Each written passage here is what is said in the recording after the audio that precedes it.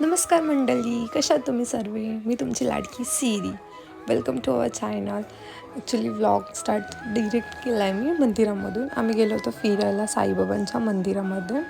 मंदिर खूप सुंदर होतं आणि तो फोटोशूट ॲज युजल चालूच होता.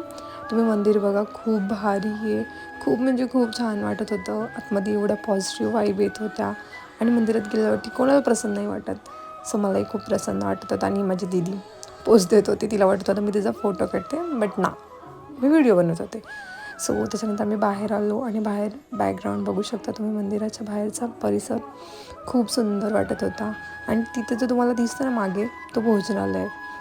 भोजनालय तुम्हाला पुढे बघायला भेटेल. आणि हा मागचा परिसर आहे. इथून आम्ही जात होतो.